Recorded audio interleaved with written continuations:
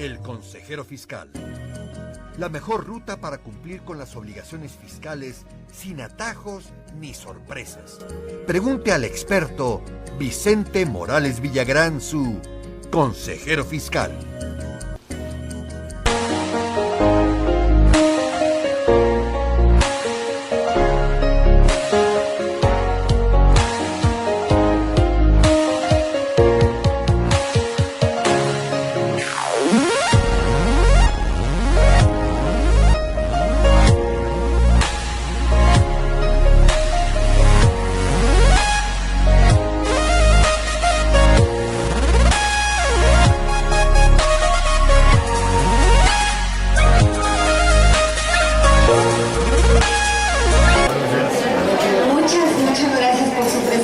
En este espacio, que no es un asunto menor el tema que vamos a ver.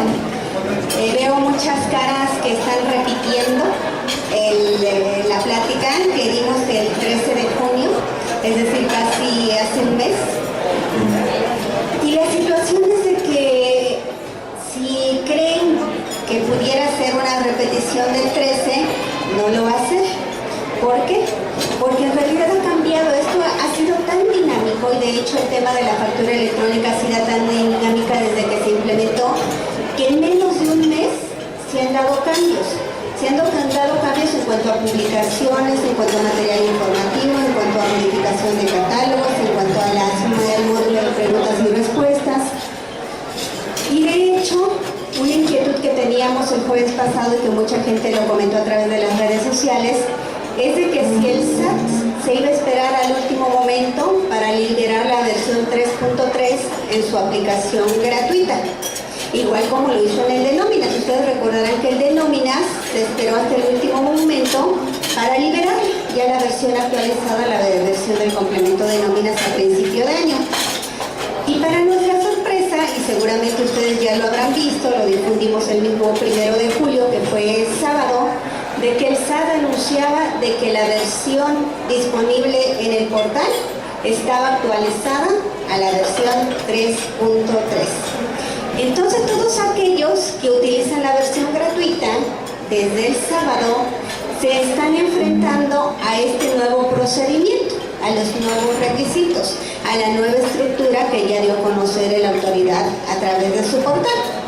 Y alguien decía vía Twitter que aun cuando existía la posibilidad de que de julio a noviembre pudiéramos seguir utilizando la versión anterior, es decir, la versión 3.2, en la vida real, si utilizábamos la versión gratuita, pues finalmente nos estaban orillando a comenzar a utilizar la versión 3.3, porque no es de que en su portal dice cuál quieres utilizar, la 3.2 o la 3.3. En el momento en que ingreso a la aplicación, doy por hecho que voy a utilizar la versión 3.3. ¿Quiénes no la están usando?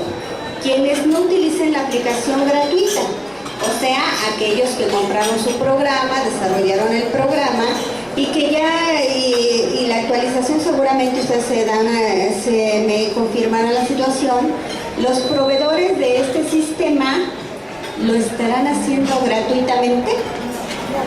Exacto. Significa un gasto.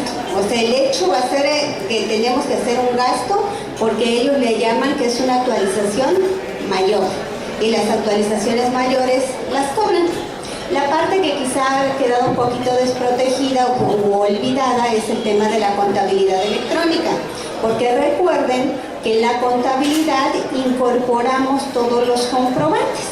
Y si el programa de contabilidad no está preparado para recibir todos estos comprobantes en esta nueva versión, entonces, ¿qué creen que vamos a tener que hacer? Pues también actualizar el programa de contabilidad. Y como aquí en México los recursos son abundantes, pues seguramente ninguno de ustedes va a tener queja en erogar esas cantidades para actualizar esos programas. Eso es en la vida real, lo que está pasando en la vida real. La factura electrónica, sí es cierto, somos de los pioneros en América Latina, junto con Brasil, de tener este nuevo esquema. La autoridad, si ustedes se dan cuenta, a través de diferentes medios de comunicación, lo ha difundido ha tratado de dar a conocer lo que desde su punto de vista significan sus bondades. La realidad nosotros ya la sabemos, es un método muy efectivo para controlar las actividades del contribuyente. Lo mismo que ha sucedido con las declaraciones informativas, desde el nacimiento de la factura electrónica, porque esto no es nuevo. Si ustedes hacen un poquito de recuento hacia el pasado, ¿recuerdan en qué año desapareció finalmente el papel? ¿Cuál fue el último año que dijeron hasta aquí termina el papel? Antes. A ver, ¿quién da más? Dicen 2014. ¿2015? ¿13? ¿Quién da más? ¿11? 2012. 2012 fue el año en que dijeron el papel desaparece. Y poco a poco, y quizá pasado así como muy lentamente, fue muy sutil el cambio. Recuerden en aquellas épocas cuando les dieron la facilidad a ciertos contribuyentes de desarrollar sus propios sistemas. Y el contribuyente pues invirtió su dinero, tiempo, esfuerzo, desarrolló sus propios programas para la facturación. La desventaja o la diferencia con respecto a este esquema es de que la factura no llegaba en línea a la autoridad. Si ustedes recuerdan, ¿cómo se le hacíamos llegar a la autoridad? A través de un reporte mensual. La gran diferencia con la modalidad que estamos operando en estos días es de que la información en el momento que está timbrada, ya en su momento ya comentamos que es estar timbrada, cuando ya pasó todos los filtros, ya llegó la autoridad, ya le asignaron un folio fiscal, ese folio grandotote que vemos y que es indescifrable, ese folio fiscal significa que ahí está en la base de datos del SAT. Entonces el SAT ya puede proceder de la manera que más le convenga con toda esa información que le está llegando. Por si no fuera suficiente, dentro de poco, porque recuerden que estamos en julio, el año no sé ustedes, pero para mí ha pasado una velocidad impresionante y estamos comenzando el segundo semestre. En breve vamos a entrar todavía a una situación más compleja, que es el famoso complemento de pagos, porque si no fuera suficiente toda la información que le vamos a hacer llegar a través de esta nueva versión, con el complemento de pagos, la autoridad va a tener disponible cómo nos van pagando todas las facturas que elaboremos. Y ustedes dirán, ustedes hagan el recuento de su vida diaria o la de sus clientes. Si en la vida, en un mundo ideal, pues esperaríamos que nos pagaran la factura cuando lo estamos haciendo.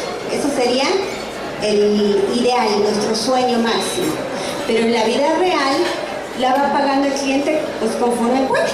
Y más vale que recibamos lo que nos puede dar, porque si no después se arrepiente y ya no nos lo da.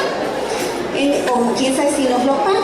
Pues vamos a tener que llevar todo ese historial y mandarle a la autoridad pago por pago de cómo estamos haciendo la cobranza de todas nuestras facturas. Entonces realmente, si ustedes después de esto se van un poco asustados, en realidad lo más fuerte todavía está por venir. Entonces vamos a comenzar. Preparé unas láminas. Por primera vez en nuestra charla vamos a tener que remitirnos a la página en vivo, no digo que no lo hayamos hecho, a la página del SAT, al portal del SAT, para ir viendo los cambios con respecto del material que tienen en sus manos. Este material lo preparamos para el 13 de junio.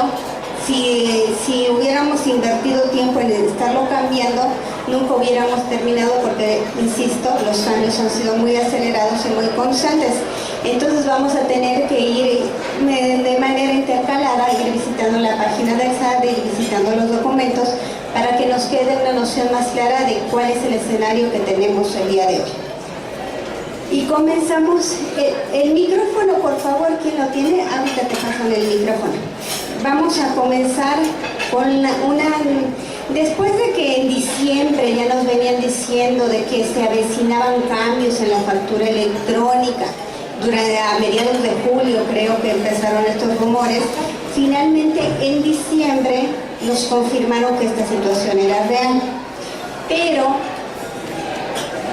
y así nos fuimos a vacaciones. Bueno, Rosita, ahorita que empezaste ya con este tema, pues a mí sí me afectó desde un principio. Estamos hablando de un recibo de arrendamiento y no encontré exactamente la clave del catálogo, las claves, el tiempo. Entonces hablé yo al SAT y les pregunté, a ver, dime qué le voy a poner aquí. Entonces ni ellos mismos saben. Lo que sí vi en la página es que dice que todas las personas físicas van a poder utilizar la factura fácil para poderla dar ahorita. Entonces entiendo que esto de la factura fácil podría ser como que la versión anterior, en lo que termino de localizar todas las situaciones. Sí sería correcto. Pues ya que empezó con esta pregunta nuestra compañera, yo podría decirle dos cosas. Y comenzaría con una pregunta de encuesta. ¿Quién de ustedes ha utilizado el módulo de facturación de Mis Cuentas? ¿Exclusivamente para los del RIF o para otros contribuyentes? Para RIF. Tú también para el RIF. Entonces, mi sugerencia, si vale de algo, sigan utilizando exclusivamente para esos efectos. ¿Por qué? La factura fácil, los que no están acostumbrados a utilizarlo, tiene una modalidad específica. Uno, en el momento en que terminamos de generarlo, no nos entrega el archivo XML ni la representación impresa como solemos conocerla. Cuando nosotros se lo hacemos llegar a nuestro cliente, lo desconoce. Dice, no, esta no es una factura válida, porque no tiene las características de una representación impresa. Entonces tenemos que sacar la regla de resolución miscelánea, decirle que los que utilizamos esta facilidad a través de Mis Cuentas tenemos la facilidad de no entregar el XML y además de no entregar la representación impresa como convencionalmente la conocemos. Es una representación resumida, es un resumen y además únicamente se obtiene en el momento en que yo le doy generar. Si me salgo de la pantalla y no lo guardé, lo sentimos mucho, no se puede recuperar. Entonces esta modalidad tiene sus inconvenientes en cuanto a la práctica comercial, porque los clientes no acaban de entender y no tienen por qué saberlo tampoco. A los contribuyentes del REF los pueden entender porque se supone que son un grupo especial que tiene ciertas limitaciones en algunos sentidos, pero al resto no. Entonces mi sugerencia es, si quieren utilícenla, pero yo no lo haría. ¿Cuál sería la otra alternativa? Las versiones gratuitas de los proveedores autorizados. Los proveedores autorizados, dentro de toda la tramitología y todas las obligaciones que tienen, es poner a disposición del público una versión gratuita. La situación es encontrar alguno que todavía esté dando la versión 3.2. Yo creo que esa podría ser la alternativa. Hay algunas ya muy conocidas, eso podría ser. Generalmente, quienes ya están utilizando la aplicación gratuita del SAT, quienes realizan pocas operaciones. Yo sí haría un intento de una buena vez de tratar de buscar la clave, o si no, vayan a los proveedores, a los servicios gratuitos de los proveedores autorizados. Ese sería mi punto de vista, así como de arranque, para si no queremos meternos de lleno todavía a la versión 3.3. Y ahorita vamos a ver algunas alternativas para buscar la clave. La clave, de una vez aprovecho, micrófono para allá, ya que vamos. Pues ya que vamos tocando estos puntos, vamos a ir avanzando. Cuando llegamos a la lámina vamos a decir esto, ya lo vimos. La clave es uno de los nuevos requisitos que contiene esta versión 3.3. Para que nos demos una idea, los catálogos están publicados el día de hoy en una hoja de Excel pesadísima. Hasta los equipos más modernos tardan en descargar. Y en específico, la clave vamos a tener que ubicar una clave que está compuesta de 8 dígitos para ligarla con nuestro producto. Es decir, nuestro producto vamos a tener que identificarlo en alguno de estos renglones, que son más de 52,000 renglones. Entonces, si ustedes primero tengan tiempo en recorrer estos 52,000 renglones, ¿no? De broma yo digo así como en el capítulo de la Pantera Rosa, ¿no? Cuando estaban haciendo el inventario del arca. Y entonces decían Pantera Blanca, Pantera Negra, Pantera Rosa, así viene tan detallado, o sea, un gato, y sí vienen mascotas también ahí, porque recordemos que las mascotas se comercializan.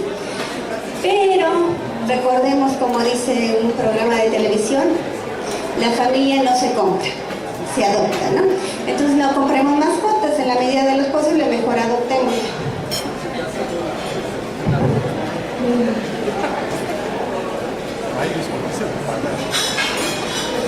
Bueno, Rosita, tengo una duda en un RIF. Hay que hacer la factura en mis cuentas. Sale nada más el RTC del emisor y del receptor. Pero en una revisión de SAT que tuvimos de comprobantes fiscales, me pide que yo tenía que hacerla con la FIEL, a donde viniera la dirección del emisor y del receptor. ¿Está correcto? Porque yo sé que el RIF tienen esa facilidad, ¿no? Y el resto también. Aprovechemos para repasar el contenido del 29A del Código Fiscal de la Federación. Por costumbre, nosotros en nuestros comprobantes no estamos en... Si apagas para no crear el ruidito. Por costumbre, nosotros en los comprobantes fiscales no estamos en la 3.3, estamos en todas las versiones de las comprobantes. Nosotros anotamos el nombre, nuestro domicilio y el domicilio del cliente. Revisemos el 29A del Código Fiscal de la Federación y el nombre ni siquiera es obligatorio del cliente. La dirección del cliente tampoco. La dirección mía sí, pero siempre y cuando tenga un establecimiento en el cual estés emitiendo el comprobante y sea diferente del domicilio fiscal. Entonces eso lo pueden desvirtuar fácilmente porque no son requisitos del Código Fiscal de la Federación. Y además es una facilidad que nos dio resolución miscelánea para los contribuyentes del RIF de no utilizar la firma electrónica y sellarlo con la firma, con la contraseña, y la misma regla nos dice que el certificado que utilicemos en el portal del SAT hará las veces de nuestro certificado y que tendrá la misma validez. Entonces está totalmente fuera de contexto si eso es lo que te están argumentando. Otra, este RIF tiene 3 sucursales, por decir algo, y dicen que tenía que facturar por cada sucursal, porque se hace una factura global. En papeles de trabajo se ponen las notas de cada sucursal, ¿no? Pero cuando se hace la global, al bimestre se pone de las 3 sucursales. ¿Está correcto o está mal ahí? Lo que estamos obligados a hacer es que cada sucursal tiene que emitir, y esto es conforme la facilidad de la regla 27134, ahí vienen las modalidades de cómo expedir un comprobante de operaciones con el público en general, que nos lo cambiaron, es lo que nosotros toda la vida habíamos conocido como comprobante simplificado. Entonces, estos establecimientos sí tenían obligación de expedir comprobantes bajo esta modalidad en cada uno de los establecimientos. En ningún lado indica que la factura global tenga que ser por establecimiento. Insisto, 27134 es la que regula los comprobantes de operaciones con público en general y no te obliga a hacerlo por establecimiento. Otra nada más, respecto a un régimen general, si tienes sucursales, cuando eran en papel había que poner la matriz y todas las sucursales. Ahora que es digital, hay que poner también la matriz con todas las sucursales, porque no tiene opción. Bueno, como dijo el doctor Morales, yo creo que vamos a tener que hacer un curso de repaso del 3.2 y 3.3, contrastes, ¿no? En la 3.2 sí teníamos la obligación de poner el nombre de la sucursal en la cual lo estamos emitiendo. En la versión 3.3 únicamente vamos a tener que poner el código postal. Entonces vamos a ir avanzando y vamos a ir viendo estos detallitos. Les comentaba antes de comenzar con este breve módulo de preguntas y respuestas que el 12 de mayo, un viernes, que fue un viernes ya por la tarde, se publicó un comunicado cuando ya todo el mundo en teoría estábamos preparados para ponernos a trabajar, porque la teoría nos había dicho de que a partir del 1 de julio, es decir, del sábado que acababa de pasar, comenzaría a utilizarse la nueva versión 3.3. Sale este comunicado en el cual nos dieron las facilidades que conocemos al día de hoy, que son básicamente 3. Una, la versión 3.3, efectivamente confirmaron, entró en vigor el 1 de julio, Sin embargo, dieron la facilidad de que resultara obligatoria a partir del 1 de diciembre. 2. El complemento de pagos, que ya también lo veníamos monitoreando desde el año pasado, nos dice que igualmente se puede utilizar opcionalmente de julio a noviembre y obligatoriamente a partir del 1 de diciembre. Y 3. El procedimiento para la cancelación de los comprobantes. Ese de plano entra hasta, suena mucho, pero en realidad falta muy poquito, 2018, que ese procedimiento lo vamos a ver en la parte final de la charla. Entonces les dejo ese comunicado por si alguien quiere hacer el repaso, la lectura completa. Si no, descárguelo del portal del SAT, todavía anda por ahí, y guárdenlo en su computadora. Comencemos por los antecedentes, para que ustedes con este material se lleven todo el panorama completo, la película completa desde sus inicios. Como les comentaba, el 5 de diciembre, antes de irnos de vacaciones, nos confirmaban dos hechos. Uno, que ya venía la nueva versión del comprobante fiscal, en su versión 3.3. Hago una pausa. Recordemos que hoy en día, comprobante fiscal es lo mismo que factura electrónica, es lo mismo que CFDI, que comprobante fiscal digital por internet. Esos 4 nombres son los que conocemos el día de hoy a la factura. Lo que conocíamos anteriormente el papelito, ahora es factura, pero electrónica. Para efectos de esta charla, cuando nos refiramos a comprobantes o factura, nos estamos refiriendo a un CFDI. Bueno, entonces ya nos confirmaban que la versión 3.3 venía en camino y que entraría en vigor el 1 de julio. El complemento para la recepción de pagos también nos confirman que entre el 1 de julio. Y esto fue inicialmente únicamente a través del portal del SAT. ¿Qué pasa cuando se da a conocer la resolución miscelánea? Y si ustedes hacen memoria, la resolución miscelánea que estamos aplicando en este año se publicó el 23 de diciembre.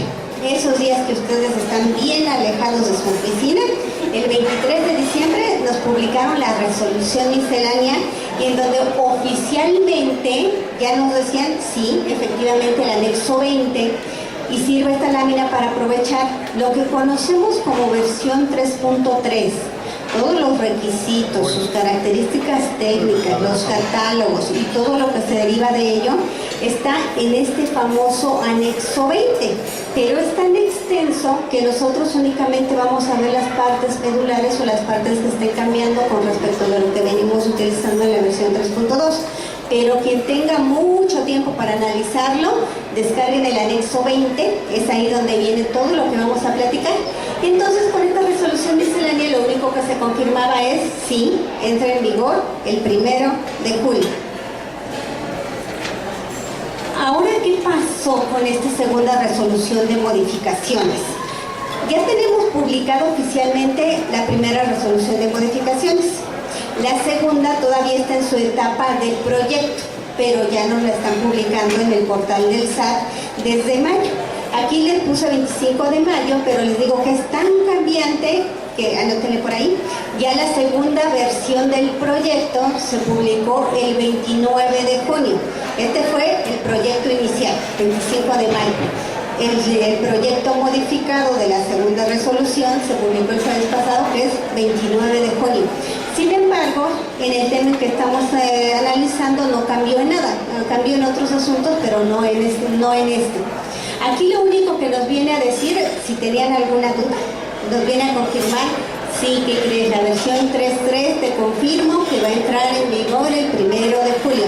Desde mi punto de vista no era necesario, pero pues para evitar cualquier duda simplemente vienen a confirmarnos lo que ya sabemos. Entra en vigor el 1 de julio.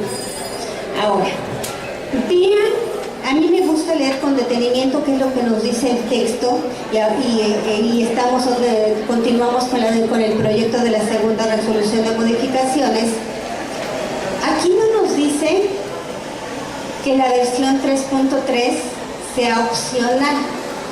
Nos dice, puedes seguir utilizando la versión 3.2, por lo cual se confirma que la versión 3.3 está vigente desde el 1 de julio. Sin embargo, si nosotros no queremos, no podemos, o cualquiera que sea nuestra decisión de usarlo, puedo, de acuerdo a este transitorio, seguir utilizando la versión 3.2 de julio a noviembre. Aunque los efectos son los mismos, o sea, de poder seguirle dando vida a la versión 3.2, abiertamente no se dijo, no se declaró que existe un periodo opcional del uso de la versión 3.3.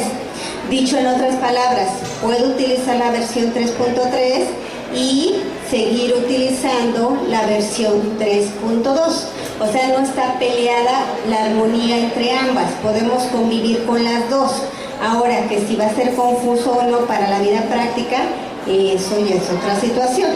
Entonces, con esta disposición transitoria, que insisto que está en la segunda resolución de modificaciones, es que siguen prolongándole la vida a la versión 3.2.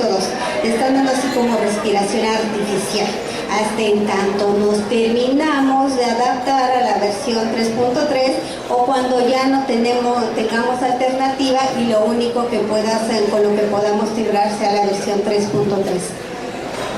El complemento para la recepción de pagos. Ya habíamos visto que nos dijeron que comenzaba a partir del 1 de julio. Eso desde la publicación del SAT, desde la resolución miscelánea original. ¿Qué nos complementa la segunda resolución de modificaciones? Esto es bien interesante. ¿Y dónde está el micrófono? ¿Micrófono? A ver si alguien me ayuda a leer para que la voz me alcance. Ya ven, o sea, se lo están dando a quien mejor que les caiga. Miren, me encanta. Ya, es que una valiente me va a ayudar a leer. Aquí en esta parte.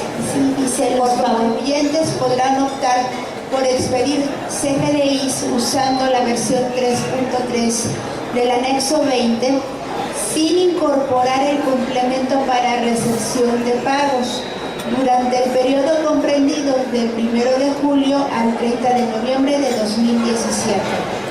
Gracias. Otra vez, aquí tenemos dos puntos que resaltar. Uno, se confirma que la versión 1.0 para el complemento de recepción de pagos, y ahorita vamos a ver qué es un complemento, porque estamos hablando, estoy dando por hecho que ustedes ya saben que es un complemento.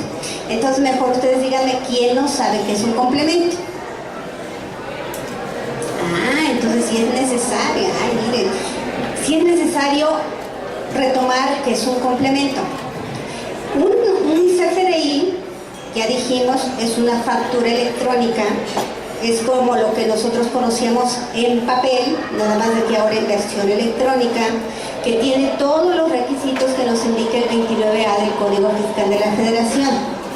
El mismo 29A del Código Fiscal de la Federación faculta al SAT que a través de resolución miscelánea establezca requisitos informáticos adicionales. A través de esa facultad, la autoridad a través de resolución miscelánea dio a conocer y los bautizó como complementos. ¿Qué es un complemento?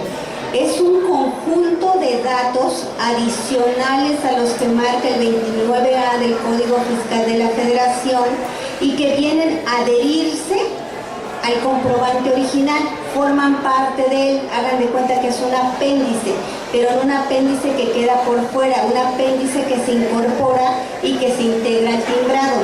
Ese es un complemento. ¿Sí queda claro que es un complemento? Entonces, no todo mundo estamos obligados a utilizar complementos.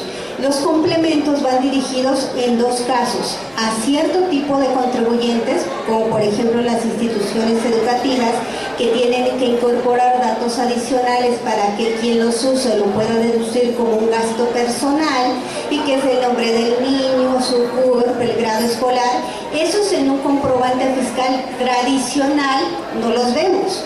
Los vemos nada más en ese sector de contribuyentes que tienen la obligación de utilizarlo. Y la otra situación de estos complementos que también van dirigidos para ciertas operaciones específicas. Y seguramente ustedes, y el ejemplo más claro es el de nómina. El complemento de nómina son datos adicionales que se vienen a incorporar a un comprobante fiscal. Todo lo que ustedes ven en el complemento de nómina, el nombre del trabajador, sus percepciones, sus faltas, sus descuentos, todo esto se llama complemento. y forman parte de un comprobante fiscal. Esa es la gran diferencia entre un complemento, es decir, el comprobante fiscal como tal es lo que conocemos, lo que siempre hemos conocido en papel y ahora en versión electrónica. Complemento son datos adicionales que se incorporan. Ahora, aterrizando a este caso en concreto de la recepción de pagos, pues son datos adicionales que le vamos a tener que proporcionar a la autoridad a través de un comprobante electrónico y de su complemento de cómo vamos integrando la cobranza. Y eso ya lo vimos desde julio del año pasado. Este complemento de pagos lo vamos a ver en la parte final también de esta charla y vamos a ver qué datos nos está pidiendo. Ustedes hagan un símil como el de nómina, va a ser lo mismo pero de pagos, pero con datos diferentes. Ahora bien, aquí lo que nos hizo favor de leer la compañera nos da dos datos relevantes. Uno, se confirma que entra en vigor a partir del 1 de julio. Eso no nos están difiriendo la entrada en vigor. Dos, nos dan la posibilidad de que yo ya comience a utilizar la versión 3.3, como en el caso de aquellos que lo están haciendo en el portal gratuito y que ya están utilizando porque no tienen otra alternativa y están utilizando la versión 3.3, les están dando la posibilidad de que la usen, pero todavía que no utilicen si no quieren. O sea, si ustedes quieren, si tienen tiempo en exceso, ya lo pueden empezar a utilizar. Pero si no quieren, este famoso complemento en donde vamos a informarle a la autoridad cómo estoy realizando mi cobranza, si quieres, no lo utilices de julio a noviembre y sí puedes utilizar la versión 3.3 solita. Otra diferencia sería, si ustedes dicen no, yo de acuerdo a la facilidad sigo utilizando la versión 3.2, muy bien, de acuerdo a la facilidad lo pueden seguir haciendo, pero quiero utilizar el complemento de pagos, ahí no se podría, porque el complemento para pagos está diseñado para embonar con la versión 3.3, no embonan, como la vez pasada les digo, hagan de cuenta como los Legos, el juego de Lego, no el Lego de nosotros, sino el Lego del juego, que una pieza encuadra con la otra. La versión 3.3 está preparada para recibir al complemento de pagos, la versión 3.2 no. Entonces, micrófono por acá, por favor. La versión 3.3 sí ya está preparada, pero nos están diciendo, si quieres, puedes no utilizarlo de julio a noviembre. Pero si ustedes ya quieren empezar a utilizarlo, ¿ustedes creen que la autoridad se va a enojar que ustedes le den esa información? Los va a querer muchísimo. Una duda. Lo que usted comenta finalmente es que el complemento de pago solamente lo vamos a poder utilizar con versión 3.3. ¿Qué va a suceder con mis CFDIs 3.2 que todavía tengo pendientes de pago cuando ya sea obligatorio tener complementos de pago? Es decir, ¿cómo es que mis CFDIs anteriores que yo emití van a poder embonar con la parte de complemento de pagos? Y la segunda pregunta, aprovechando, es cuando yo emita un pago ahora, ¿debería de exigir de igual forma a mi proveedor o al que le pagué mi XML del comprobante del pago o ya no es necesario? Porque actualmente cuando yo le pago le digo mándame la factura, entonces ahora tengo que decirle mándame la factura y mándame mi XML del pago. Y son bien interesantes esas preguntas y ya comenzaron a surgir, y eso que ni siquiera hemos empezado quizá a utilizar la versión 3.3, ¿no? Aquí es bien interesante porque, como comentamos, la versión 3.2 no embona con el complemento de pagos. Supongamos que en esta economía tan abundante yo facturo algo ahorita con la versión 3.2, pero me pagan hasta diciembre. En diciembre ya no tengo la facilidad de no utilizar el complemento de pagos. Su sentido de la lógica, ¿qué les diría? ¿Lo tengo que emitir el complemento de pagos o no? A ver, ¿quiénes dicen que sí? Sean valientes, sean valientes. Aquí nos equivocamos, aquí una valiente. A ver, entonces, si ella es la que dice que no, el resto dice que sí. Ajá, ¿ya ven? Entonces ustedes están indefinidos, ¿no? Bueno, indefinidos en esta situación. La realidad es de que afortunadamente ya se empezaron a aclarar estas situaciones. ¿A través de qué creen ustedes? De cuando algo empieza como que a sonar mucho, ¿la autoridad qué herramienta utiliza? El módulo de preguntas y respuestas. O sea, está tan clara la situación que ya comenzó el módulo de preguntas y respuestas. Y la autoridad nos dice, si tú utilizaste la versión 3.2, pero cobras hasta diciembre, puedes no utilizar el complemento de pagos. Dice puedes porque si ustedes lo quieren hacer y a ver cómo lo integran, pues lo pueden hacer. Entonces, en el sentido práctico, dado que no embonan, dado que no empatan, la lógica sería no voy a hacer el complemento de pagos de todos aquellos comprobantes que haya emitido en la versión 3.2. Ahora, estoy utilizando ya la versión 3.3. Micrófono para allá, por favor. Ya estoy utilizando la versión 3.3. Elijo no utilizar el complemento de pagos de aquí a noviembre. Pero me hacen un pago en diciembre. ¿Tengo que hacer todos los previos más el de diciembre? ¿O qué les dice su lógica?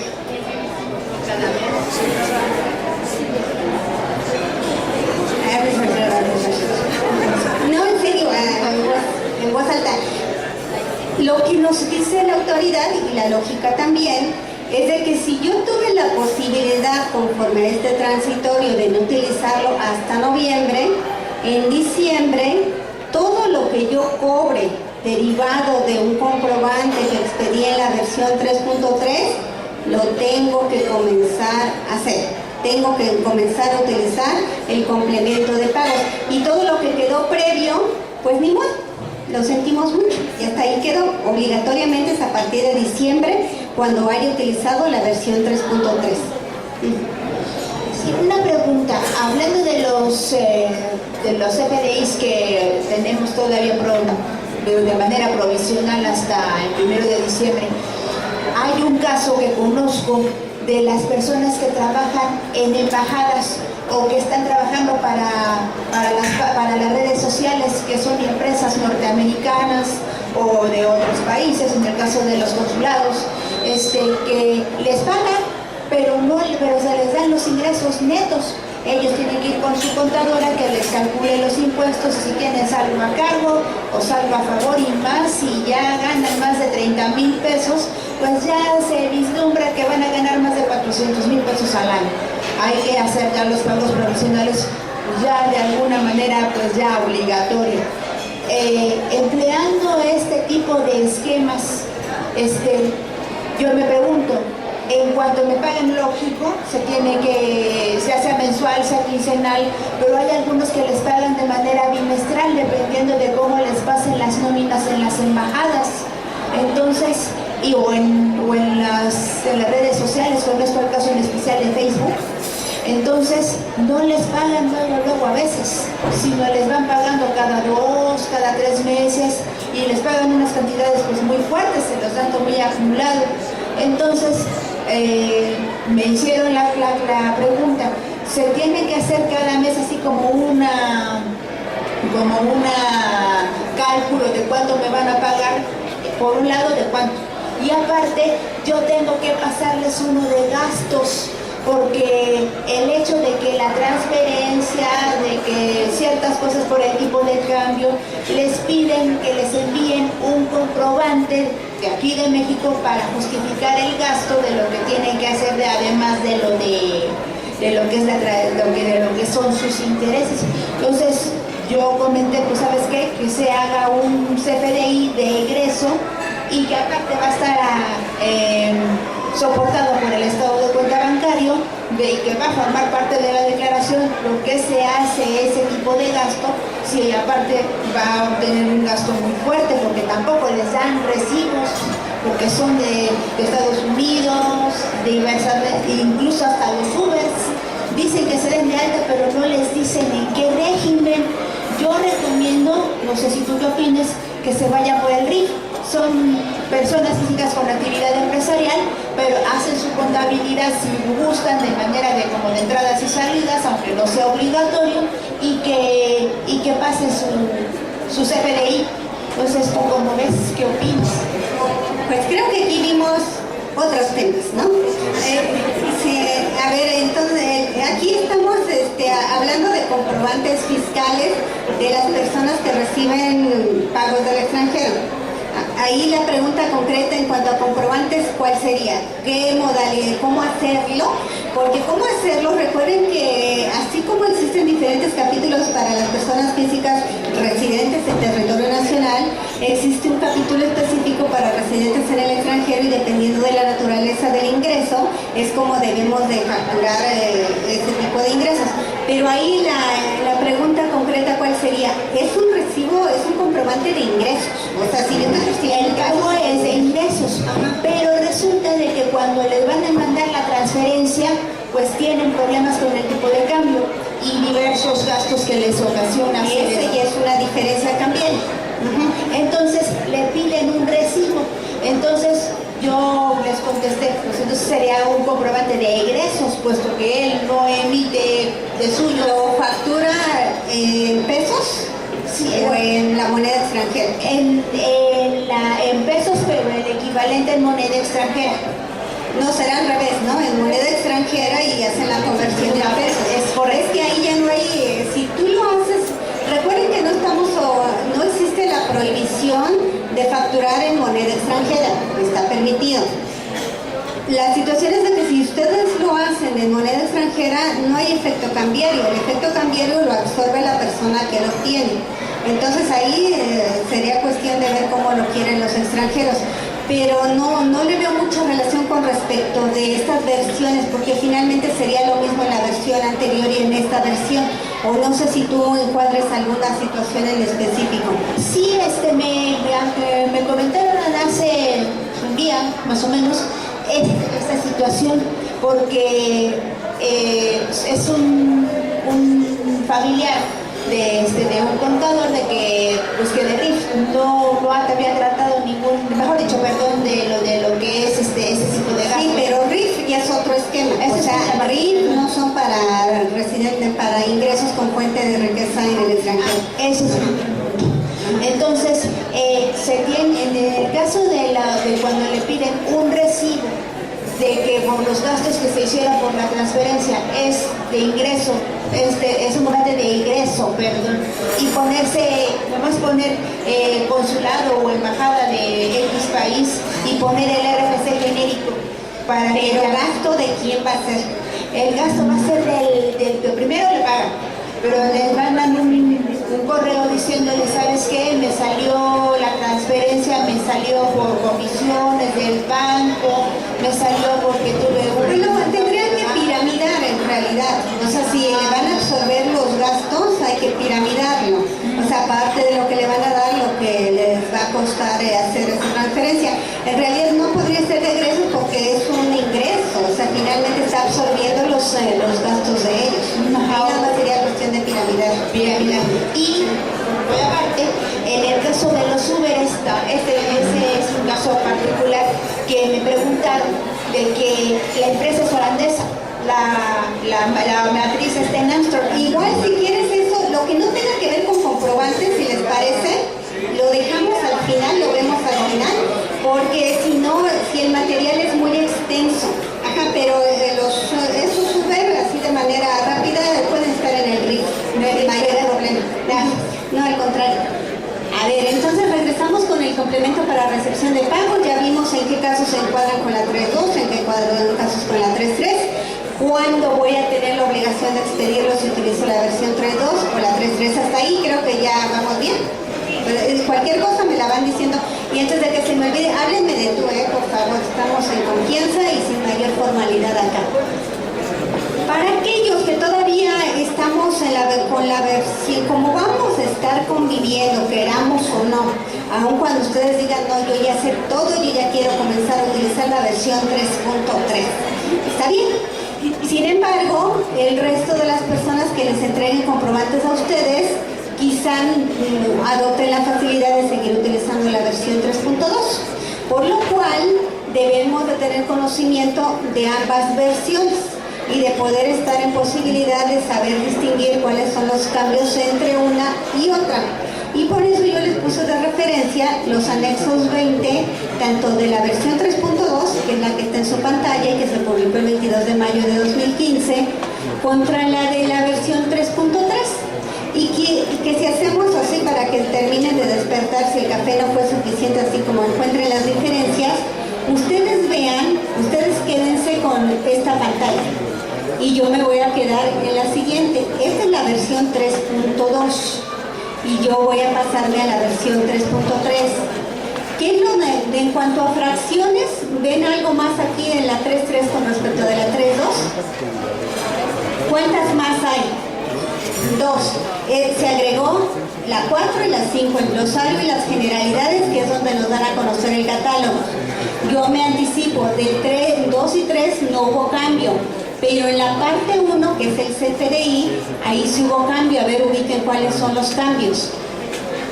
En la fracción primera del comprobante fiscal digital por internet, ustedes contrástenlo con la versión 3.3. ¿Ya ubicaron? ¿Qué se agregó? E y F. Muy bien. La parte que nos que significa un cambio fundamental en la versión 3.3, también es esto, validaciones. ¿Qué quiere decir con las validaciones?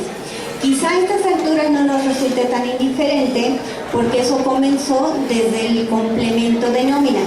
El complemento de nómina, el 1.2 que ya estamos utilizando hoy en día, se le incorporó este apartado de validaciones. ¿Qué quiere decir las validaciones? Dentro de toda la estructura técnica del documento, los programadores están obligados a incorporar en su programa una serie de validadores. ¿Qué van a hacer estos validadores? 1. Van a verificar que los campos que se deben de llenar de acuerdo al tipo de comprobante estén llenos. 2. Van a verificar que los datos sean coherentes. 3. Van a verificar que si derivado de la forma en que llenamos uno se bloquean otros espacios, estos espacios no sean utilizados. 4. Van a verificar que si derivado del llenado de un campo se hace necesario obligatoriamente llenar otro, esté llenado. Es decir, además de la congruencia técnica, van a correr una serie de validaciones supuestamente para evitar errores. Más que para evitar errores, desde mi punto de vista, es para que la información que desea la autoridad conforme a las características y a la guía de llenado vaya completa y coherente. Esto no quiere decir que nos faciliten la vida, esto simplemente... El consejero fiscal. Como les están diciendo a ellos que diseñen el programa. Tan es así que cuando empezamos a utilizar el complemento de nómina, seguramente cuando queríamos timbrar a los recibos, en sus inicios, muchas veces decía error en este campo, en este, te falta un dato aquí, te falta un dato acá, no pudo validar esto. Lo mismo va a pasar con los comprobantes en la versión 3.3. Si no reunimos las características de llenado, nos va a decir que es incongruente o que existe algún error. Entonces, esto en teoría lo tienen que hacer los desarrolladores. Nosotros nada más debemos de estar vigilantes que sea lógico, porque muchas veces los desarrolladores ponen condiciones no tanto por las características técnicas del anexo 20, sino por características de operación dentro de su propia familia de programas. Porque como ustedes se han de haber dado cuenta, ellos venden programas de facturación, de contabilidad, de control de inventarios, de todo. Entonces internamente ellos también tienen que ver que funcionen de manera integral. Y muchas veces, aun cuando nosotros no utilizamos, quizás utilizamos de manera aislada facturación y nada más.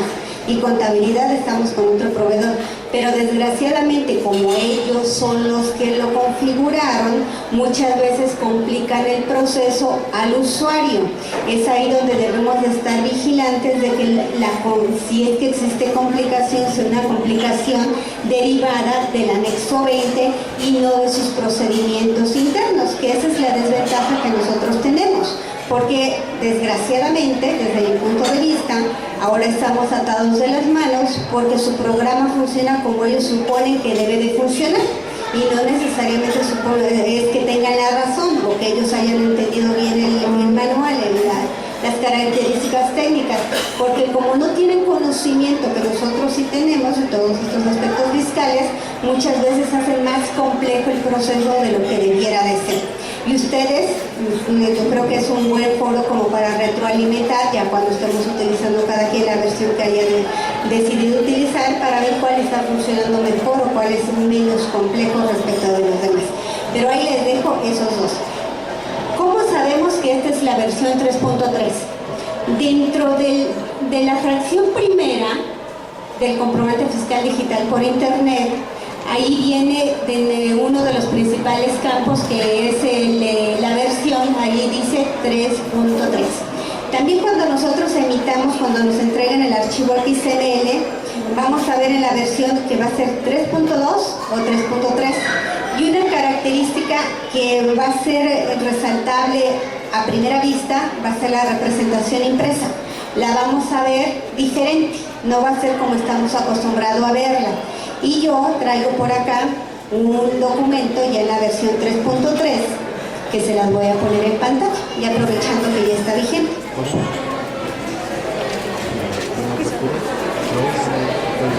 El régimen general a partir de la versión 3.3 se vuelve un dato obligatorio. A ver, seguimos recorriendo. ¿Qué más ven de diferencia?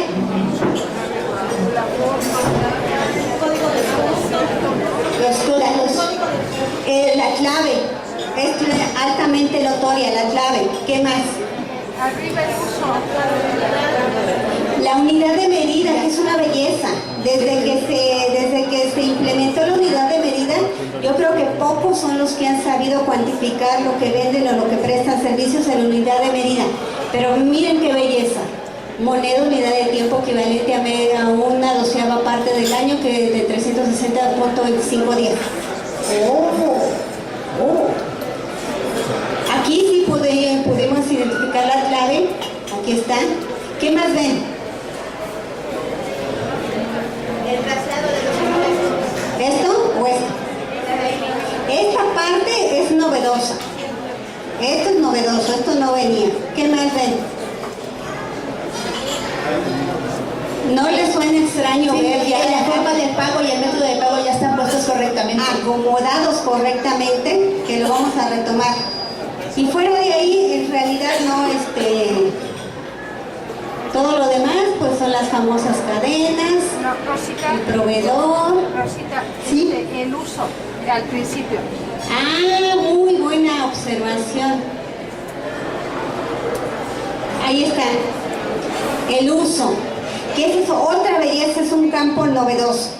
Entonces, con este primer acercamiento que tenemos a este tipo de comprobantes, así a golpe de primer vistazo, podemos darnos cuenta si la persona que nos está entregando un comprobante está utilizando la versión 3.3 o está utilizando la 3.2.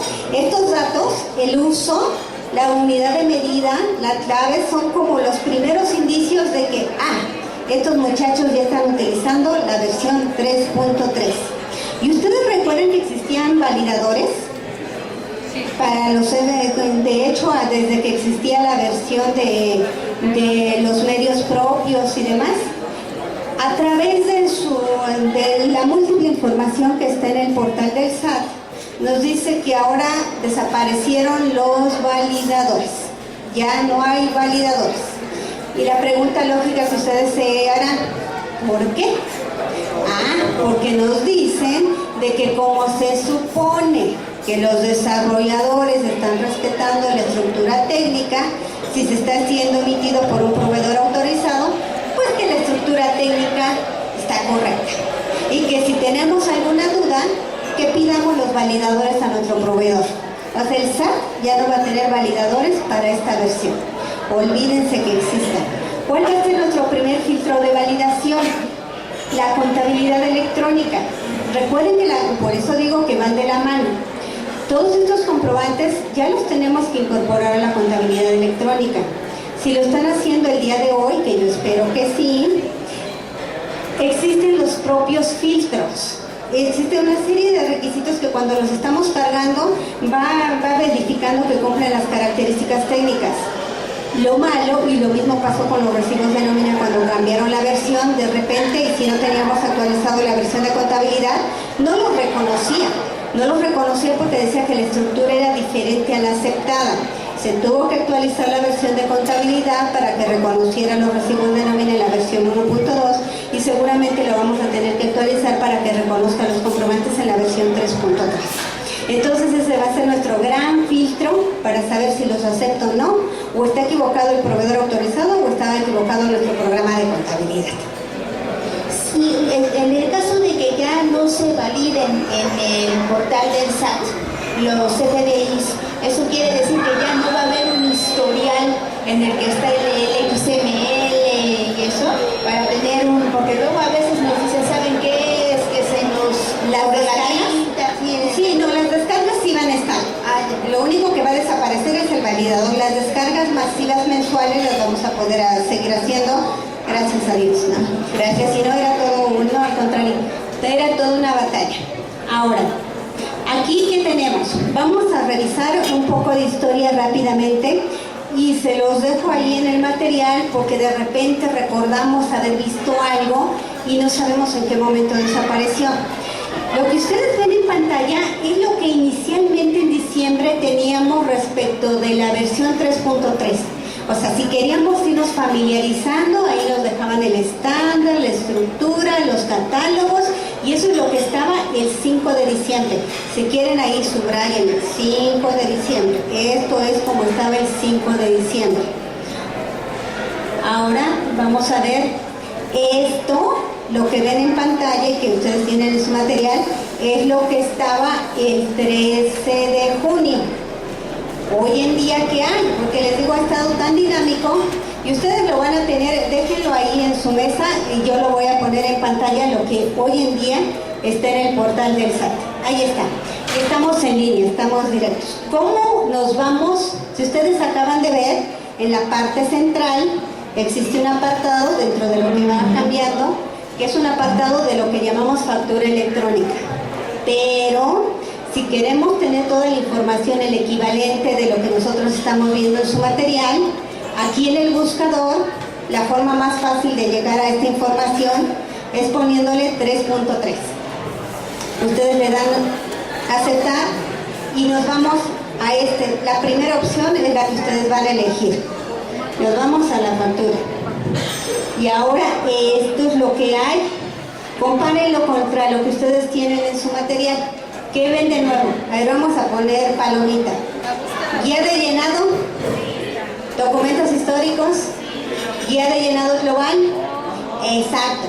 La guía de llenado global es un instructivo que se dio a conocer recientemente para el llenado de la factura global. O sea, para que vean cómo, si no era suficiente todo lo que existía ahí, ya nos pusieron más detalle de lo que se va incorporando. Calendario, catálogo, el buscador de productos y servicios. Ajá, eso también es novedoso. Preguntas frecuentes. Preguntas frecuentes, ya sí lo van checando con su material, sí estaba, pero en ese entonces había 3 preguntas. Hoy adivinen cuántas hay. 20. Más. No, 1000 no son muchas. No nos espantes. ¿Quién da más? Menos. Por alguien, entre tanto sigan un número y ya para terminar.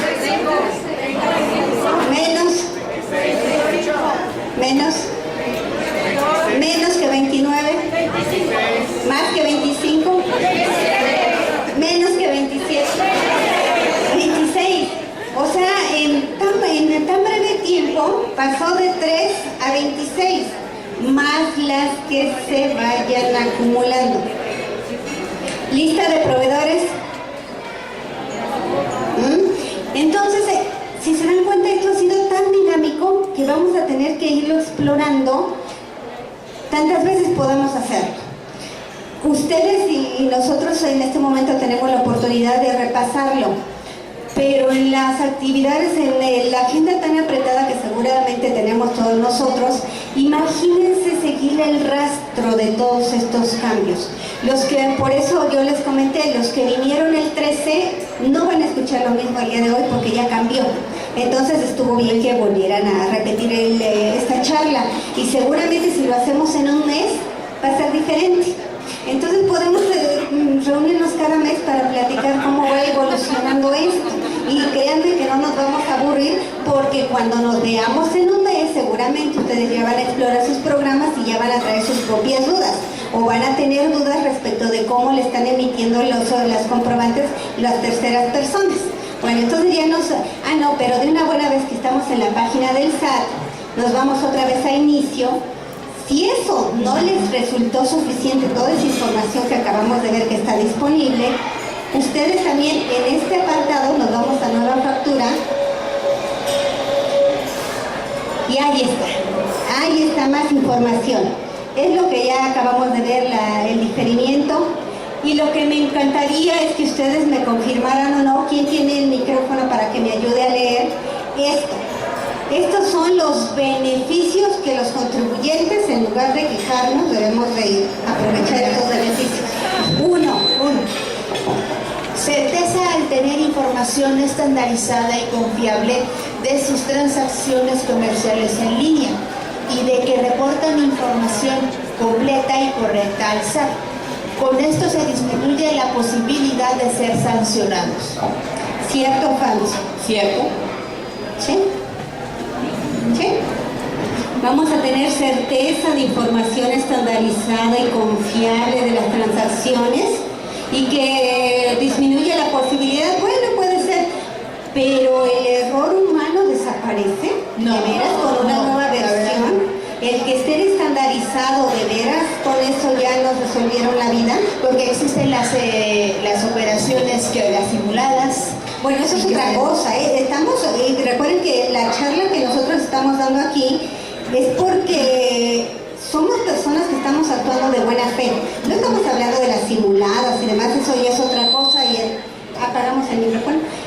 Eso ya es otra situación y cada quien sabrá lo que hace. Estamos hablando, sí, en realidad estamos hablando desde el punto de vista de los que, como buenos contribuyentes que somos, estamos buscando estar actualizados para cumplirlo de la mejor manera, ¿no? Desde ese punto de vista estamos partiendo. A ver, vamos a ver. Simplificación de su proceso de facturación y conciliación de pagos. Ahí no estoy de acuerdo. ¿Nos están simplificando el proceso? No. Muy bien. Tercero. No presentar la declaración informativa múltiple de sueldos y salarios, y en un futuro tampoco la declaración informativa de operaciones con terceros. Eso está por veces si no hay información que esté equivocada o atrasada. ¿Desde cuándo? Ya no tendríamos por qué estar presentando la DIO, honestamente, con todo el mundo de información. Pero lo primero que dicen de la información de sueldos y salarios, ¿no se supone que con el cambio de la versión del complemento de nómina estaba subsanado este asunto? Sí. Certeza que cuando ya pagaron por los productos o servicios que reciben, las facturas que amparan este gasto no van a ser canceladas. Aquí, y me encanta la risa, aquí la parte de que para nuestra poca fortuna, los contribuyentes que nos portamos bien, estamos siendo afectados con este efecto de aquellos contribuyentes, y que por eso se implementó el complemento de recepción de pagos y el procedimiento de cancelación de facturas, de que como nosotros, como receptores de facturas, antes, ¿qué seguridad teníamos que nuestra factura estaba vigente? Porque la teníamos en papel, porque cumplía ciertos requisitos, porque la escondías en la caja fuerte, porque la resguardabas ahí con guaruras, ¿no? Ya, pero sabías que estaba ahí, o sea, nadie te la podía cancelar. Hoy en día, ¿cómo tenemos la certeza de que no nos están cancelando las operaciones? Me pueden dar la representación impresa, yo llego muy feliz, la valido, está bien, le integro a la contabilidad, todo perfecto, y resulta que en algún momento la cancelan, y la autoridad dentro de la exposición de motivos así lo dijo. que los contribuyentes de manera unilateral, por muchos motivos, pero uno de ellos, el para no declarar esos ingresos, cancelaban las facturas. Entonces, este esquema que en teoría nos están diciendo que tiene muchas bondades, y que reconozco sí tiene muchas bondades de fiscalización, a los receptores nos está poniendo en una situación muy delicada, muy vulnerable. Por eso se hizo necesario, por esos malos contribuyentes que cancelaban indebidamente las facturas, ahora nos complicaron el proceso para cancelarlas. Ahora resulta que le tengo que pedir permiso a la persona a la cual emití la factura. Y también están blindando esto. Cuando yo emito una factura de complemento de pagos, automáticamente se blinda la que le dio origen, y eso la vamos a ver. Aquí quizá sale, sí, ya nos está supuestamente protegiendo de que sean cancelados. Proteger es un decir, porque si son malos contribuyentes, ¿ustedes creen que le van a hacer mucho caso a esta disposición? No. Existe la prohibición, de ahí el que lo lleven a cabo, solamente Dios dirá. Se evitará la duplicidad de ingresos. Cuando se pagan en parcialidades, pues en teoría no se duplicaba, ¿no? Si llevábamos los debidos controles, pues no se duplicaba. Y la maravilla, podrás automatizar más fácilmente tus procesos. Porque necesitábamos a alguien que viniera a automatizar nuestros procesos, nos pusieron esa factura en la versión 3.3. En realidad la 3.3 y la 3.2 no, en cuanto a automatización significa exactamente lo mismo. Entonces, pero bueno, ustedes son los mejores jueces para decir si efectivamente esto que nos están diciendo que son beneficios lo son. Y si no, si ustedes todavía tienen tiempo de ver más información, aquí hay, emites facturas, las recibes, eres desarrollador, conoce la recepción de pagos, qué novedades hay. Si tienen todavía tiempo para ver una presentación en YouTube, o aquí una presentación en PowerPoint, o quieren entrar a cualquiera de estos, la situación es de que cantidad de información abunda. Y entre más cantidad de información hay disponible para entender algo nuevo, ¿ustedes qué creen que signifique? Que es muy sencillo o que es necesario para que nosotros lo podamos implementar. Honestamente, está bien, está muy bien que nos pongan toda esta información, pero al menos de primera intención, quien entre a este esquema y vea, caray, toda esta información hay, pues cuando la termino de leer. Y es por eso que necesitamos reunirnos para analizar los puntos finos en el entendido que ya venimos conviviendo con una versión y que nada más nos vamos a estar enfocando en aquellos cambios. Pero bueno, esto que sirve nada más como preámbulo para indicarles, para que tengan la noción de que información hay en una cantidad abundante. Si ustedes tienen en sus ratos libres, que seguramente tienen muchos, ahí cuando no tengan nada que hacer y estén aburridos, pues vayan a ir recorriendo cada uno de estos temas, ¿no? Entonces, bueno, esto es lo que está en el portal del SAT. Vamos a regresar con otras láminas.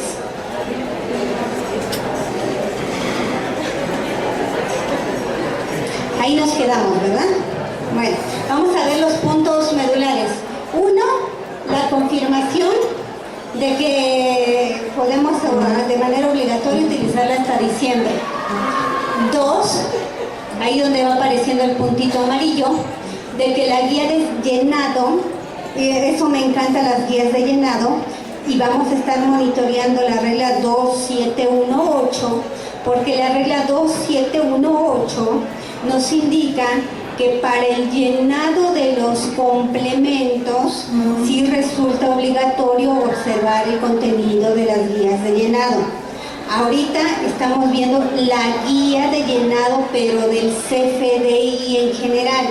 Ya vimos que no es lo mismo. Complemento es un apéndice. La factura es el origen de todo y no nos está obligando a observar la guía del CFDI, nos está obligando a observar la guía de los complementos. Pero tal como lo dijimos en la sesión anterior, creo que la resolución miscelánea va a tener que sufrir una serie de modificaciones muy de fondo, porque ya va a tener que actualizar muchos conceptos que se utilizaban en la versión 3.2 y traerlo al marco actual de la versión 3.3. Entre ellas vamos a darle seguimiento a la regla 2718 para ver si también nos hacen obligatorio la guía de llenado del CFDI en la versión 3.3.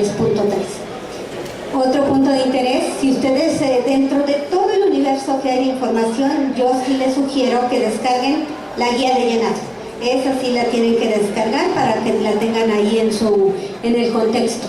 Otro, los catálogos, de los famosos catálogos en Excel, y hay que estar monitoreando cómo van cambiando.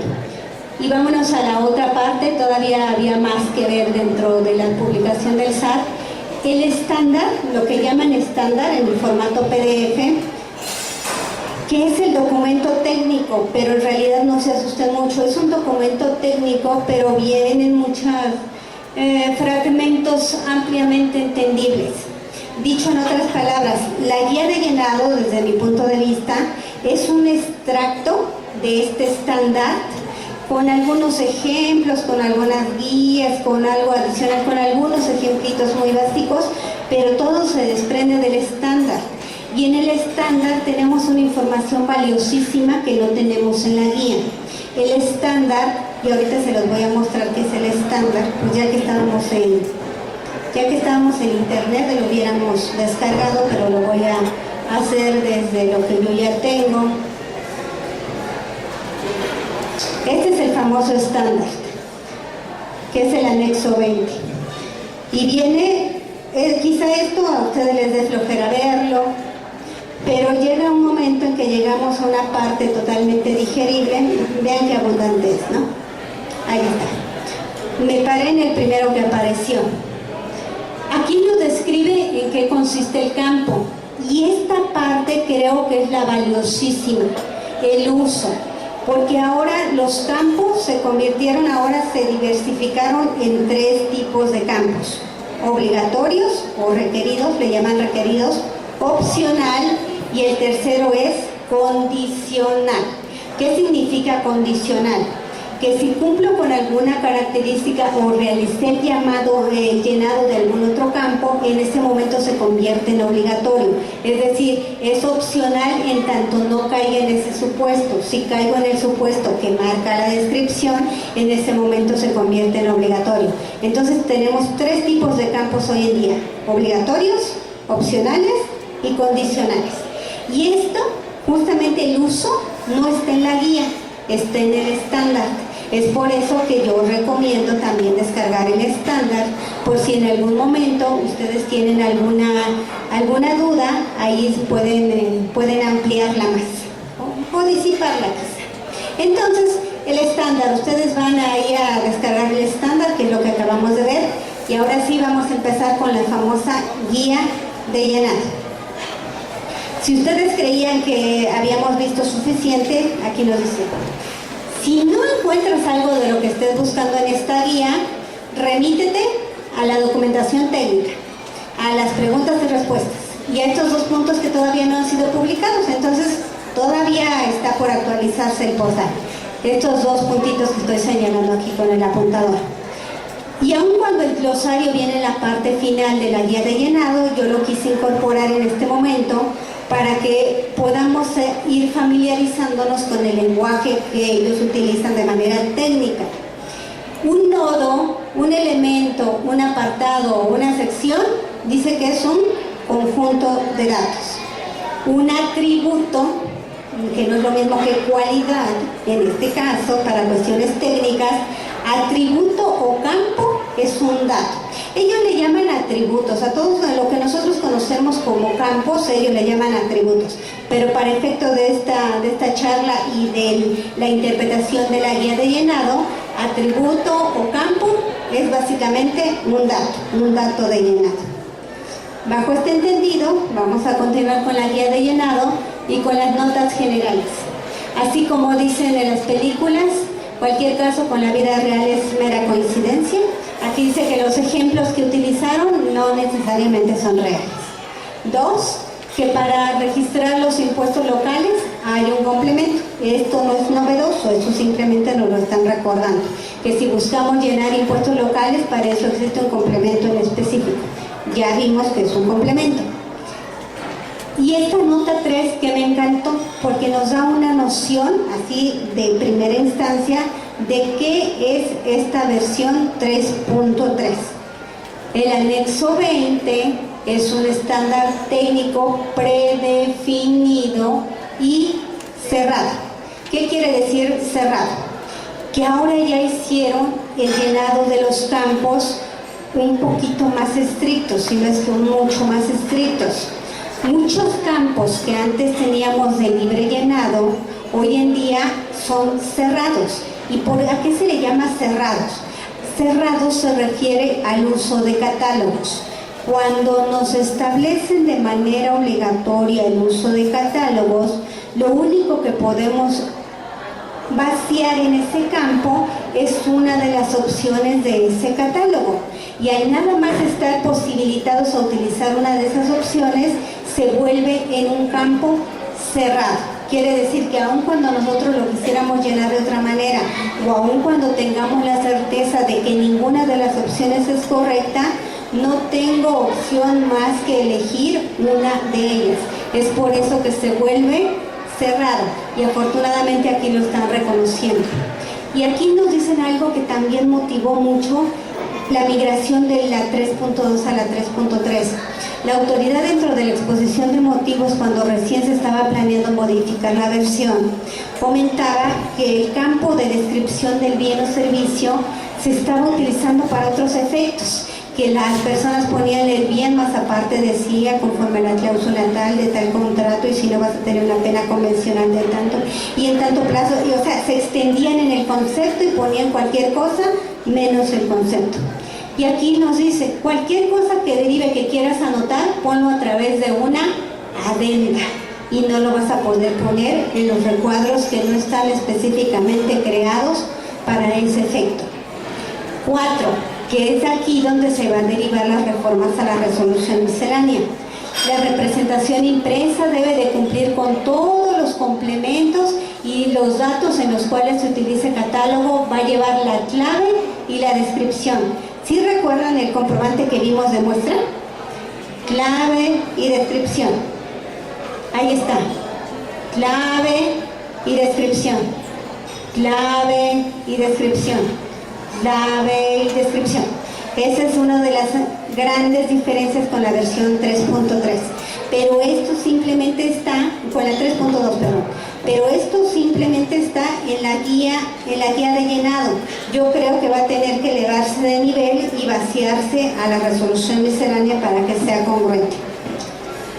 Y ahora sí, comenzamos con los atributos o con los campos. Yo le voy a llamar campos, ustedes llámenle atributos si gustan, y es uno muy utilizado internamente, el folio interno. Y ustedes me dirán, oye, pero el folio interno ya existe. ¿Y si existe o no en la versión 3.2? Pero es un dato que, además de ser opcional, no queda protegido en el proceso de timbrado. El proceso de timbrado, les hago un recuento así muy rápido porque en realidad es muy extenso. El proceso de timbrado quiere decir que todo lo que debe de ir en el comprobante fiscal queda protegido. El folio interno, dado que era un dato de uso interno, en la versión 3.2 no se consideró necesario protegerlo. La gran diferencia en la versión 3.3 es de que queda protegido, es decir, ya le da la importancia debida al folio interno, pero sigue siendo opcional. Si no queremos tener folio interno y tenemos bien controlado nuestro sistema de facturación con otras medidas y nada más nos conformamos con el folio fiscal, pues sería suficiente. Aquí les puse las dos partes. Recuerdan que les dije que descargaran el estándar y la guía de llenado. Esta es la gran diferencia entre un estándar y la guía de llenado.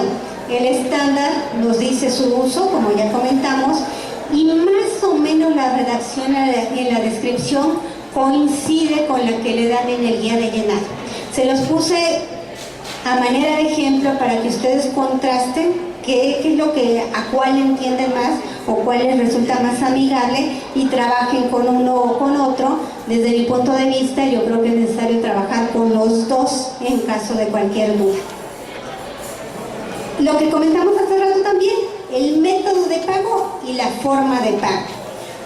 Este fue un error que permaneció durante mucho tiempo, pero que se hizo evidente en julio del año pasado, con la aparición del catálogo de las formas de pago, el cual se confundió con el catálogo de las formas de pago que existía para la contabilidad, y más confuso se hizo aún porque teníamos que anotar la forma de pago, que el Código Fiscal de la Federación en el 29A nos indicaba que era el efectivo, tarjeta y todo lo que conocemos, pero al llegar en el llenado del anexo 20, este dato, la forma de pago, resulta que lo bautizaron como método de pago, de manera tal que estaba invertido. Y para no hacerlos más confusos, bueno, aunque no quisiera confundirlos, pero creo que es necesario recordarlo, porque recuerden que vamos a tener que convivir con la versión 3.2 y 3.3. Y algunas personas me preguntan, oye, pero entonces si yo sigo utilizando la versión 3.2, ¿significa que ya debo de anotar los campos de manera correcta? ¿Ustedes qué dirían? Los sigo anotando de manera incorrecta. Invertidos, por llamarles. Sí son incorrectos, pero para darles un nombre más entendible, de manera invertida. En la forma de pago, o sea, estas formas que podemos hacer el pago, en la versión 3.2 lo voy a tener que seguir anotando el método de pago. Y también este dato, ahora en la versión 3.2, fue el pionero en el uso de catálogos. Si recuerdan que el año pasado nos dieron a conocer un catálogo y que hay 10 opciones. En la forma de pago de la versión 3.3, hasta el 13 de junio teníamos 20 opciones. Hoy en día, adivinen cuántas hay. 21. Para que, sí, nada más se agregó una. Pero de origen eran 20. Al día de hoy se sumó otra y hay 21. Es la gran diferencia entre la versión 3.2 y 3.3. La cantidad, el listado cambia de 10 a 21. Y entonces aquí, si seguimos utilizando o recibiendo comprobantes en versión 3.2, los datos siguen invertidos, no los podemos corregir. El anexo 20 en su estructura técnica desafortunadamente nos lo pide de manera invertida. En la versión 3.3 ya se corrigió. Ahora sí, la forma de pago va en forma de pago y el método de pago en método de pago, con la novedad de que si ya existía catálogo en forma de pago, ahora en método de pago también existe un catálogo. Esa es la gran novedad. Concentrémonos de primera instancia en forma de pago. Aquí están en la parte inferior las 10 claves que tenemos en la versión 3.2. En la parte superior de mi derecha están las 20. En ese momento nada más había 20, pero recuerden, les acabo de decir que ya se incorporó una más, la vamos a ver más adelante. Aquí son 20. Afortunadamente, las claves, los numeritos, conservaron el número en este nuevo anexo, en este nuevo catálogo. Menos el 99. Excepto el 99, que aquí dice que son otros, y en la versión 3.3 es por definir. Y aquí me encanta hacer un recuento de los conceptos nuevos para que ustedes me digan, salvo los amigos abogados, el resto creo que podemos estar en confusión. Pago por subrogación, pago por consignación, condenación y compensación, eso sí lo conocemos. Novación, confusión, remisión de la deuda, a satisfacción del acreedor. Entonces, por ejemplo, confusión, aparte de la que existe ahorita en este momento. ¿Qué es la confusión para efectos jurídicos? ¿Qué es la novación? La confusión, para efectos así muy sencillos, es cuando se confunde la figura del deudor y del acreedor. Ya les pongo un ejemplo muy basiquito. Hagan de cuenta que yo le presto dinero a X personas. Le presto 10 pesos. En este momento, ¿yo qué soy? Esa persona es la deudora y yo, la acreedora. Resulta que fallece esa persona, pero me deja como heredera universal. Entonces, ¿ahora qué soy yo de yo misma? Porque todo su patrimonio ya pasó a mis manos. ¿Soy deudora o soy acreedora? Las 12 condiciones dependiendo de cada caso. No, en este caso, ya cuando me dejaron la herencia, soy heredera universal, ahí ya existe confusión. Porque en este momento, o sea, sí yo era la acreedora y ella era la deudora, pero ya todo su patrimonio ya es mío y ahí se confunde. O sea, yo misma soy acreedora y soy deudora. Esa es la confusión, cuando se confunde la figura del deudor y la figura del acreedor. Entonces, estas figuras bien interesantes hay que repasarlas a profundidad. En otra charla quizá lo vemos a profundidad, pero todos los demás, los 9 prácticamente pasaron aquí. Solo hay que ver si en alguna de esas formas de extinción de la deuda caemos en algún supuesto de los que están mencionados acá. Un comentario, Rosita, de eso de la confusión, de que cuando te conviertes en heredero universal que tienes el carácter de deudor y de acreedor, como dices, esto los abogados lo saben bien, pero hay una parte en las reglas de la lógica que viene en filosofía que dice que no se pueden ser dos cosas en el mismo momento y en el mismo lugar. Entonces, cuando estamos hablando de deudor, una ley de la física, ¿verdad?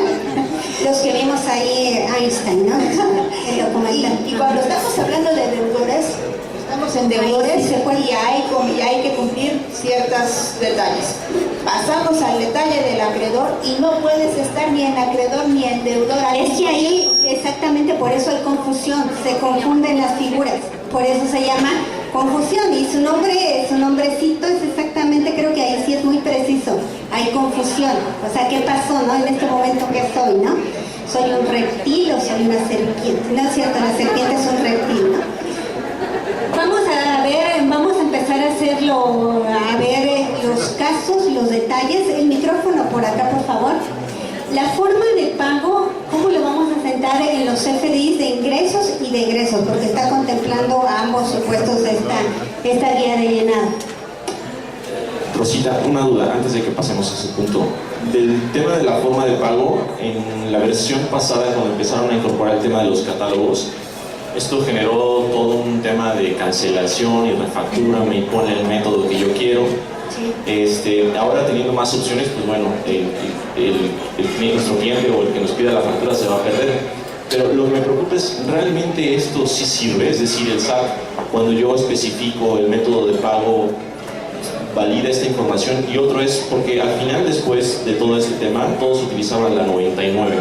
Entonces ahora la 99 por definir es definir qué. O sea, igual los clientes van a decir, todos van a querer optar por ese camino de todos vamos por la 99, pero al final ¿qué va a pasar? Es decir, si es importante este atributo, nos vamos por la opción 99, o qué es lo que ustedes visualizan en esa parte. Lo que va a pasar es lo que tenemos hoy en día, es confusión. O sea, en realidad hay confusión desde la implementación del catálogo de formas de pago. Pero aquellos que no han terminado de vislumbrar cuál es la trascendencia de este campo, créanme que es un campo importantísimo. ¿Por qué? Porque a través del módulo de preguntas y respuestas la autoridad dio a conocer su posición. Y eso es lo que debiéramos estar observando hasta el día de hoy. Si tú al momento de expedir tu comprobante ya recibiste el pago, ya sea en este momento o previamente ya te lo pagaron, necesariamente debes de anotar la clave, alguna de esas formas en cómo te las pagaron, lo debes de anotar. Si dentro de estas 20 opciones no hay ninguna, entonces anota la 99, pero en cualquiera de ellas, la autoridad va a asumir que el comprobante está pagado. Si ustedes dicen, pues por comodidad ahora yo pongo que ya todo está pagado y para ya no emitir el complemento de pagos, la autoridad, ¿qué es lo que qué información le está llegando? Ya lo cobraste, entonces ¿por qué no me has enterado el IVA? Entonces esa es la información con la cual la autoridad va a comenzar a procesar los créditos fiscales. Me estás poniendo en este momento no aplica o no identificado, muy bien, asumo que no está pagado, pero esto detona una obligación adicional, que es la de emitir el famoso comprobante de complementos de pago, en el cual me vas a ir integrando cuando te lo van pagando. Entonces, en uno o en otro hay repercusiones, y en este momento se vuelve todavía más detallado. Si antes teníamos 10 opciones y ahora 21, ahora tenemos que ser más precisos, y sí le va a servir. Pero, y es que entonces, finalmente, cuando queramos aplicar esta parte de la forma de pago, la única opción es que cuando apliquemos el complemento recibo de pago y ya no hay forma de cancelar, ¿cómo vamos a corregir esos errores? Es decir, si yo identifiqué mal la forma de pago y dije, bueno, pues fue por transferencia electrónica, y el cliente me dice, ¿sabes qué? Es que asociaste mal el CFDI que yo te pagué, porque ese no era el que yo te quería pagar, era este, y ya no tengo forma de cancelar. ¿Qué va a suceder en esos escenarios tan complejos que se van a empezar a generar? Esos, exactamente como bien lo acabas de bautizar, son escenarios particulares y quizá complejos. El blindaje, cuando nosotros comencemos a expedir los comprobantes de complementos de pago, ya lo comentamos, en este momento el comprobante que le dio origen queda blindado y es incancelable. Incancelable en la letrita, porque en la vida real sí se puede cancelar. Entonces, ¿qué es lo que pasaría? ¿Sabes qué? De origen de mi comprobante, me dijiste, pero ahí podría ser derivado de... Es que tengo tantos supuestos en la cabeza. Ustedes sí saben, cuando la cabeza empieza a trabajar rápido quiere decir todo por la boca, y en realidad no, la boca es tan limitada que no alcanza a decirlo. Es que ahí se desprenden varios supuestos. Tú pudiste haberle puesto una clave en el momento de expedir el comprobante original cuando te lo hubieran pagado de manera parcial. Entonces, ahí es donde pudo haberse originado quizá un error. Si tú ya emitiste un complemento de pagos y ahí te das cuenta que el original estaba mal, en teoría está blindado porque ya expediste un comprobante de complemento de pagos, pero no significa que no puedas cancelar los dos. Entonces cancelas los dos, cancelas el origen y cancelas el de complemento de pagos. Pero hay que ver los tiempos van a ser fundamentales. Hay que ver que no muevan lo que yo ya declaré. Hay que estar así como más abusados. Nuestra antena, que seguramente quizá muchos no la hemos experimentado lo suficiente, nuestra antena debe de estar más activada que en cualquier otra época. Y también a las personas que tengamos a nuestro alrededor haciendo estos comprobantes, debieran de traerlos para acá para que charlemos todos juntos, o ustedes transmitirles una vez que ya dijeran la forma en cómo internamente van a implementarlo. Pero sí, o sea, vamos a tener que comenzar a ver el caso concreto y las soluciones posibles. Pero en otro caso, en el de que el comprobante no haya sido pagado en el momento del original, al momento de la expedición, pero yo erróneamente, por terquedad de alguien, porque eso es lo que ustedes me compartían en alguna charla, es que mi cliente forzosamente me dice que le anote 03 porque él casi me jura que va a hacer con transferencia y quiere que se lo asiente así en el comprobante. Primero vamos a tener que hacer labor de proporcionar información de cuál es la trascendencia de estar haciendo las cosas mal. Ya si de plano es un cliente tan importante y tan necio que en realidad no nos va a hacer caso y lo tenemos que hacer así, en esos casos debemos de tener todo respaldado, porque insisto, cuando la autoridad comience a determinar créditos fiscales, nosotros vamos a tener que proporcionarle todos los elementos para desvirtuar que no es cierto que haya sido cobrado. Entonces vamos a tener que ampararlo documentalmente y así todas nuestras operaciones y decirle que fue con situación del cliente, pero ahí ya se va a volver una situación más compleja.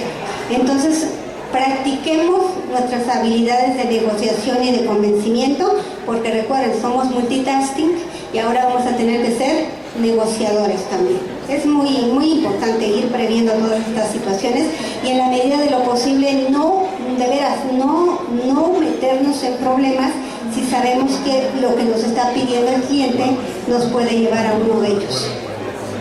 Yo tengo un caso. Mientras llegue el micrófono vamos a ver la forma de pago acá. Vamos a ir tratando de simplificar porque veo que vamos en la lámina 20. O no sé si ustedes quieran salvo que sea una pregunta de vida o muerte que me la digan, luego la dejamos al final. Sí, salvo de veras que crean que si no se dice en este momento se pierde la lógica, me lo levantan en esos casos, y si no, hacemos el módulo al final. ¿Están de acuerdo? A ver, ahora sí, voten para que quieren esa modalidad. Sale. Entonces, tú dime si se intercala aquí o lo dejamos al final. Es que va con lo que acabas de decir ahorita, y si no se me va. Yo tengo el problema con un cliente de que le pagas que conferencias, cursos por honorarios, aunque él está asalariado. Pero resulta de que exigen determinadas, en la forma 3.2, determinadas, cómo debe estar llenado el CFDI, porque si no, no se los aceptan ni se los pagan, porque les cayó tanto Hacienda como el SAT, de Hacienda y el Seguro, perdón, y resulta que como lo tenían todo hecho un desastre, les cobraron una multa multimillonaria. Entonces, ya ahorita, si no están en ese plan, que ya ahorita ya se sale incluso del actual 3.2, si no lo pongo yo y no te lo pagan. No se lo Entonces pagan. ahí va a proceder lo que comentábamos. Vamos a tener que buscar un plan de acción para blindar esa operación en el caso de que la autoridad no determine un crédito. Yo lo que estoy haciendo es que lo mando vía caso de aclaración.